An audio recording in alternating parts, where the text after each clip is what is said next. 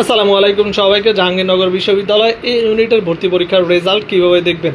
হ্যাঁ ভিউয়ার্স, আজকের এই ভিডিওতে এই বিষয়ে বিস্তারিত থাকছে। সবাইকে মোস্ট ওয়েলকাম আমাদের চ্যানেল এক্সাম রুলসে। যদি ভিউয়ার্স আপনারা নতুন হয়ে থাকেন প্লিজ চ্যানেলটিকে সাবস্ক্রাইব করে বেল বাটনটি অন রাখবেন যাতে সকল আপডেট নোটিফিকেশন সবার আগে পেয়ে যান। তো ভিউয়ার্স, যারা ভিডিওটা দেখতেছেন যদি একটু উপকৃত হয়ে থাকেন অবশ্যই সবাইকে বলবো চ্যানেলটিকে সাবস্ক্রাইব করুন, সাপোর্ট দিন, ভিডিওটাকে শেয়ার করুন। বিভিন্ন সোশ্যাল মিডিয়া ইউনিভার্সিটি রিলেটেড যত আপডেট আছে সব কিছু আমাদের চ্যানেলে সবার আগে পেয়ে যাবেন। তাই দেরি না করে সবাই সাবস্ক্রাইব করে পাশে থাকুন। চলুন শুরু করা যাক।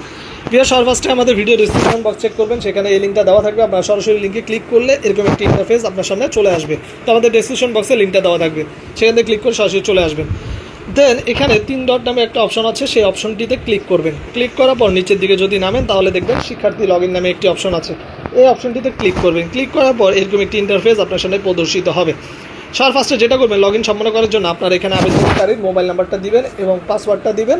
দেন লগ ইনে ক্লিক করবেন। এখন অনেকেই বলবেন ভাই আবেদনকারীর মোবাইল নাম্বার বলতে এটা কোন মোবাইল নাম্বার চাইছে? এটা আবেদন করার সময় যখন জাহাঙ্গীরনগর এ ইউনিটে যখন আপনি আবেদন করেছিলেন তখন যে মোবাইল নাম্বার দিয়েছেন সেই মোবাইল নাম্বার দিতে হবে এখানে। এবং পাসওয়ার্ডটাও কিন্তু যখন ওই যে আবেদন করার সময় যে পাসওয়ার্ডটা দিয়েছিলেন সেই পাসওয়ার্ডটা এখানে দিয়ে লগ ইন করতে হবে। যদি মনে করেন আপনি পাসওয়ার্ড ভুলে যান তাহলে মোবাইল নাম্বারটা দিয়ে এবং একটা পাসওয়ার্ড লিখে লগ ইন করতে যাবেন, তখন আপনাকে ইরোর দেখাবে। ইরোর দেখালে আপনি যেটা করবেন, এখানে পাসওয়ার্ড ভুলে গেছেন লেখার উপরে ক্লিক দিবেন। তখন আপনি পাসওয়ার্ড পুনরুদ্ধার করার জন্য আপনার এইচএসসির বোর্ড, পাশের সন এবং রোল নাম্বার লিখতে হবে, ঠিক আছে? এবং এইচএসসির বোর্ড নির্বাচন করবেন, পাশের সন, রোল নাম্বার দিবেন এবং আবেদনকারীর মোবাইল নাম্বারটা দিবেন। দিয়ে সাবমিট করলে আপনার পাসওয়ার্ড দিবে।